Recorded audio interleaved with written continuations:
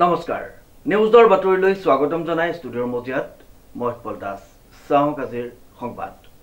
যোৰহাটত ৰাইজৰ দলৰ সভাপতি তথা শিৱসাগৰ সমষ্টিৰ বিধায়ক অখিল গগৈ উপস্থিত বদৰুদ্দিন আজমলক তেওঁৰ AIUDF দলটো বন্ধ কৰাৰ আহ্বান নিউজৰ এক ৰিপৰ্ট যোৰহাটত ৰাইজৰ দলৰ সভাপতি অখিল গগৈ জয় আই অসম আৰু ভাৰত মাতা কি জয়ৰ মাজত ওলমি আছে জুবিন গাৰ্গৰ ন্যায় মৌলানা বদৰুদ্দিন আজমলে বন্ধ কৰক তেওঁৰ AIUDF দলটো এই মন্তব্য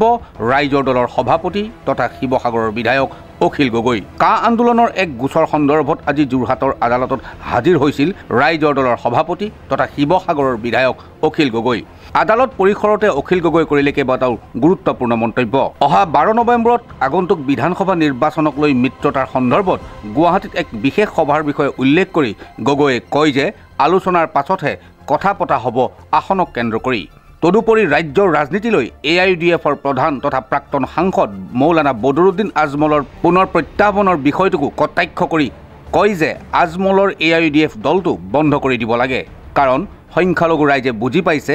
যে আজমলে পুনৰ বিজেপি সহায় কৰিবৰ কাৰণেহে ৰাজ্যৰ ৰাজনীতিলৈ ঘূৰি আহিছে আনহাতে জুবিন গাৰ্গৰ ন্যায় সন্দৰ্ভত অখিল গগৈ কৰিলে গুৰুত্বপূৰ্ণ মন্তব্য গগৈৰ মতে জয় আই অসম আৰু ভাৰত মাতা কি জয়ৰ মাজত ওলমি আছে হাৰ্টথ্ৰব জুবিন গাৰ্গৰ ন্যায় বিষয়টি আমাৰ কা আন্দোলনত বহুত গোচৰ আছিলে সেই গোচৰবিলাকৰ ভিতৰত এটা গোচৰ আজি আছিলে আজি আমাৰ ষ্টেটমেণ্ট ডিফেন্স হৈ গ'ল অৰ্থাৎ আমাৰ পিনৰ পৰা কিবা আমি মানে ডিফেন্সত আমাৰ পক্ষত কিবা সাক্ষীবাদী দিম নেকি সুধিলে সেইখিনি হৈ গ'ল ইয়াৰ পাছত আকৌ আৰ্গুমেণ্ট আছে গতিকে কা আন্দোলনৰ গোচৰবিলাক চলি আছে যোৰহাটত আমাৰ সৰ্বমুঠ কেইটা আছিলে গোচৰ আমাৰ যোৰহাটৰ ভিতৰতো নিৰ্বাচন পালে সেই মিত্ৰতাৰ কথা আহিছে মিত্ৰতাৰ ক্ষেত্ৰত কেনেধৰণে ৰাইজৰ দল আগবাঢ়িব আসনক লৈ কেনেধৰণৰ বুজাবুজি কথা হ'ব আৰু AIUDFৰ অহা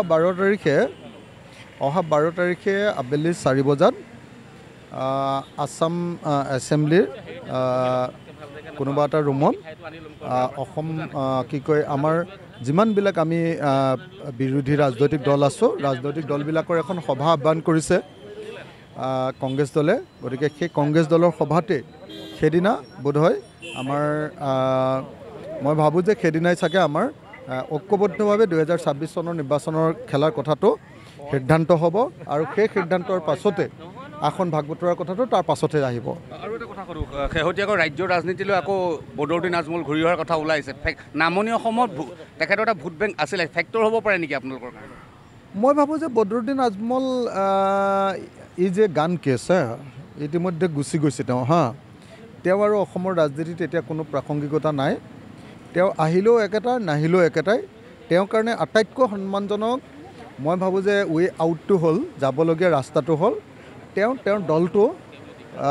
মানে বন্ধ কৰি দিয়া আৰু বন্ধ কৰি দি সন্মানে অসমৰ ৰাইজৰ প্ৰতি সন্মান জনাই তেওঁ সেই সাম্প্ৰদায়িক দলটো বন্ধ হৈ গ'ল বুলি অন্য কোনোবা তেওঁলোকৰ মানুহবিলাক বেলেগ এটা দলত সোমাই যোৱাটো মই ভাবোঁ যে সেইটো তেওঁৰ কাৰণে আটাইতকৈ সন্মানজনক যোৱাৰ পথ আৰু নহ'লে যদি সেইটো নকৰে তেতিয়াহ'লে ইতিহাসত তেওঁ এজন ভিলেইন হিচাপে থাকি গুচি যাব মই আশা কৰোঁ যে মৌলানা বদৰুদ্দিন আজমল ডাঙৰীয়াই তেওঁলোকৰ দলটো ভাঙি দিব আৰু যদি ভাঙি নিদিয়ে তেতিয়াহ'লে আকৌ বিজেপিক সহায় কৰিবলৈ আহিছে বুলি আমি সকলোৱে বুজি পাম জুবিনদাৰ জাষ্টিছক লৈ পেলাই আপুনি সমালোচনা কৰি আছে চৰকাৰে জুবিনদাৰ জাষ্টিছ নাপায় বুলি আপুনি কিছু সময়ত কোৱা শুনিছোঁ মানে তাৎপৰ্যপূৰ্ণভাৱে প্ৰশ্নবোধকভাৱে নাপায় মানে নাপায় কেনেকৈ পাব আপুনি কওক কালি আপোনালোকে চাইছে চাগে ভিডিঅ'টো যে ৰঙিয়াত গোটেই বিজেপিৰ মানুহবিলাকে ABVP মানুহবিলাকে জুবিনদাৰ যিমান আপোনাৰ হেৰি আছিলে আপোনাৰ বেনাৰ আছিলে হৰ্ডিং বেনাৰ সববিলাক ফালিছে গছকিছে ইমান অত্যাচাৰ কৰিছে আৰু তাত ভাৰত মাতা কি জয় দেখুৱাই ধ্বনি দিছে জুবিনদাৰ ন্যায়ৰ প্ৰশ্নটো আচলতে